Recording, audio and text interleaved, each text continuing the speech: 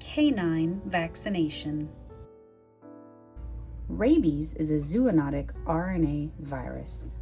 Zoonotic means that the disease is contagious to humans from animals. Rabies is spread from blood-to-blood contact, such as bites or contaminated wounds.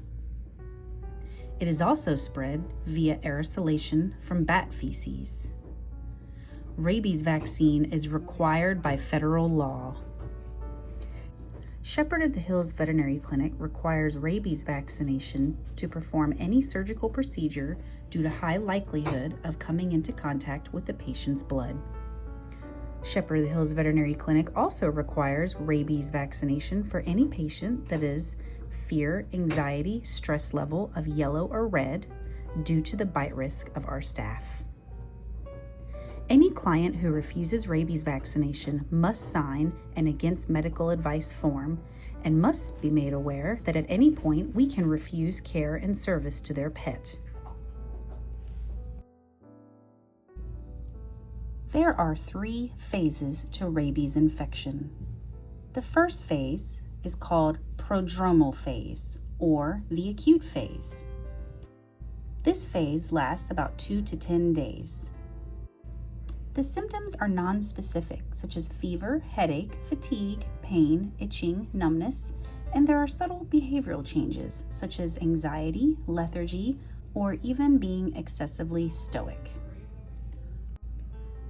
The second phase to rabies infection is the neurologic phase, also known as the furious phase. This lasts a few days. Symptoms include severe neurologic symptoms such as furiousness. This is characterized by hyperactivity, aggression, agitation, and sensitivity to light and sound.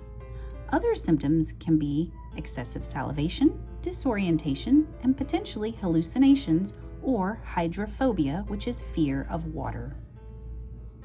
The third phase to rabies infection is called the paralytic phase, or the dumb phase. This can last up to a month in duration. Symptoms are characterized by muscle weakness and paralysis that spreads throughout the entire body. It causes difficulty swallowing, leading to a buildup of saliva and eventually respiratory failure. This is the most common form of rabies in domesticated animals. Rabies is a very serious disease. Globally, it claims around 70,000 people's lives a year. In the entire recorded medical history, there have only ever been 14 survivors, and we do not know why. Those people survived despite medical intervention, not because of it. This is important to note because we cannot put our animals or ourselves or our clients at risk of contracting rabies. If we fail to protect our pets from rabies, then we are not doing our number one job, and that is safety. It is our job to protect the animal and the public and ourselves. This starts with the bare minimum of a rabies vaccination. Dogs should receive their first rabies vaccination between 12 to 16 weeks of age. The first booster is good for 1 year. The second booster should be given around a year of age or 1 year after the first booster and is also good for 1 year. The third booster should be given around 2 years of age and is valid for up to 3 years. If a client does not want to vaccinate their pet for rabies, we do have titers available.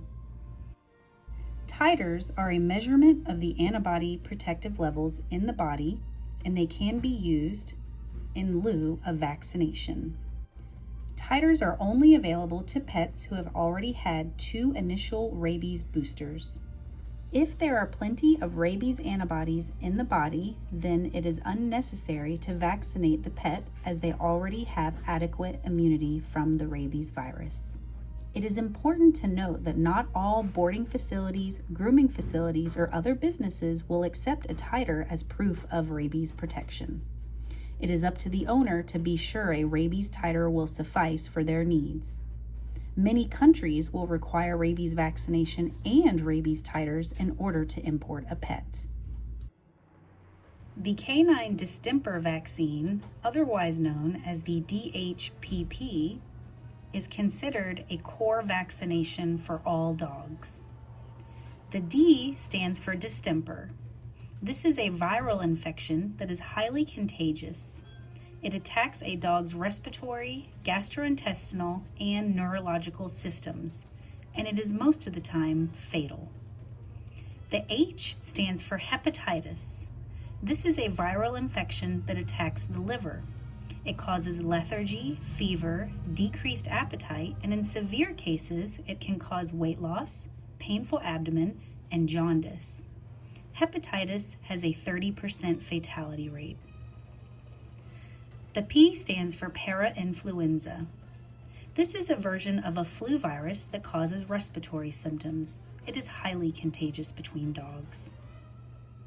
The P stands for parvovirus. This mainly affects puppies less than a year of age, especially those who are unvaccinated. It affects the gastrointestinal tract, resulting in vomiting and bloody diarrhea. It also suppresses the immune system, and unfortunately, it can even affect the heart. Parvo is highly contagious and highly fatal. Leptospirosis is a bacterial infection that is transmitted via contaminated bodies of water that carry urine from infected wildlife. Lepto thrives in muddy, marshy areas with stagnant water that is frequented by wildlife. It also likes heavily irrigated pastures.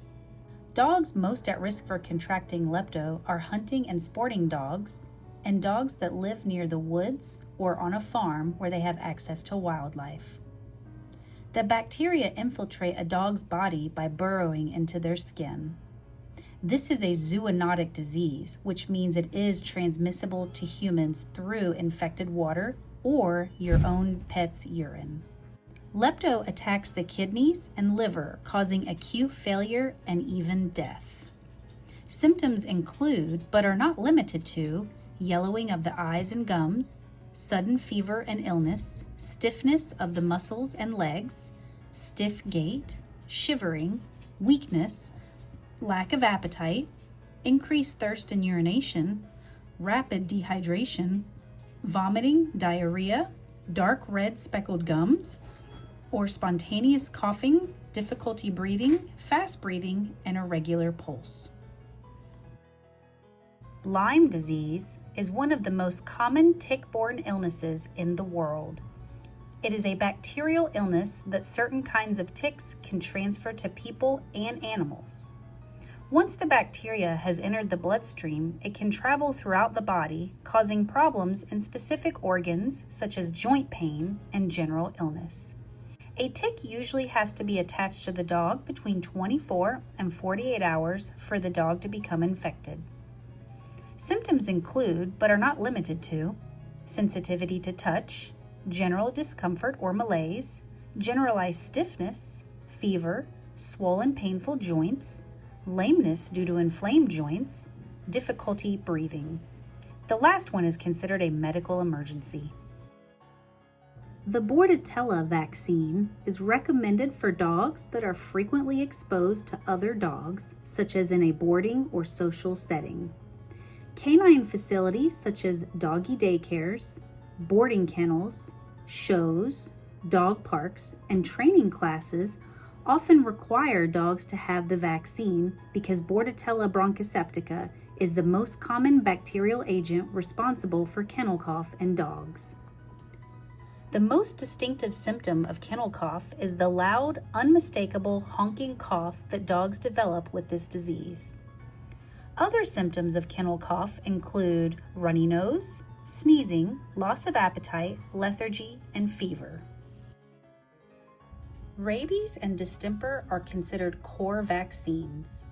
All dogs should receive these vaccines regardless of their lifestyle. This is not only due to the law, but because of the severity and incurable nature of these diseases should the dog become infected.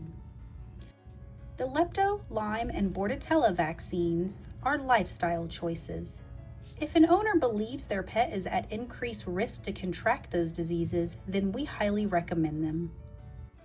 If you have any questions, please contact Shepherd of the Hills Veterinary Clinic at 417-337-7389.